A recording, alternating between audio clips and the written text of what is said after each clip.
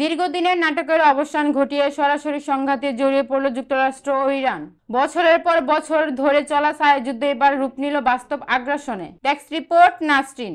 যুক্তরাষ্ট্র ইরানের ৩টি গুরুত্বপূর্ণ পারমাণবিক স্থাপনায় চালিয়েছে ভয়াবহ বিমান ও সাবমেরিন হামলা।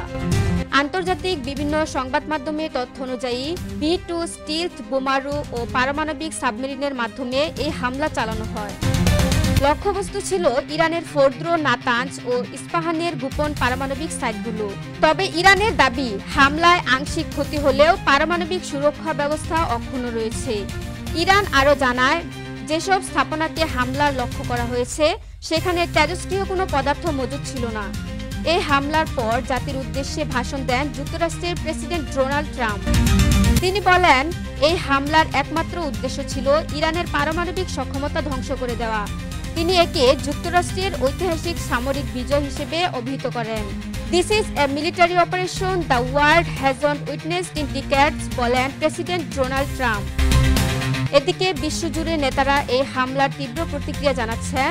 জাতিসংঘ মহাসচিব অ্যান্টোনিও গুতেরেস এই হামলাকে মধ্যপ্রাচ্যের জন্য চরম ঝুঁকি হিসেবে অভিহিত করেছেন। তিনি সতর্ক করেন, এই সংঘাত খুব দ্রুত নিয়ন্ত্রণের বাইরে চলে যেতে পারে। ফিলিস্তিনের হামাস এই হামলাকে প্রকাশ্য আগ্রাসন বলে নিন্দা জানিয়েছে। তাদের বিবৃতিতে বলা হয়, এই হামলা আন্তর্জাতিক আইনের সরাসরি লঙ্ঘন ও বিশ্বশান্তির প্রতি হুমকি। এই হামলার বিরোধিতা উঠেছে যুক্তরাষ্ট্রের ভেতর থেকেও।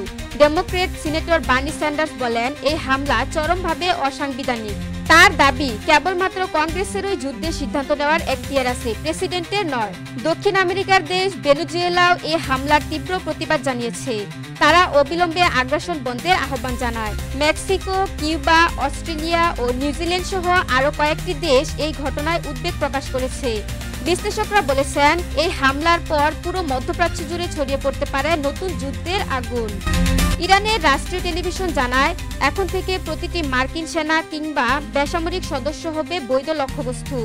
বিশ্লেষকরা আশঙ্কা করেছেন, ইরানের মিত্র ও প্রক্সি গ্রুপগুলো নিজেরাই প্রতিশোধমূলক হামলা চালাতে পারে। আপনারা দেখছিলেন ফোকাস 24।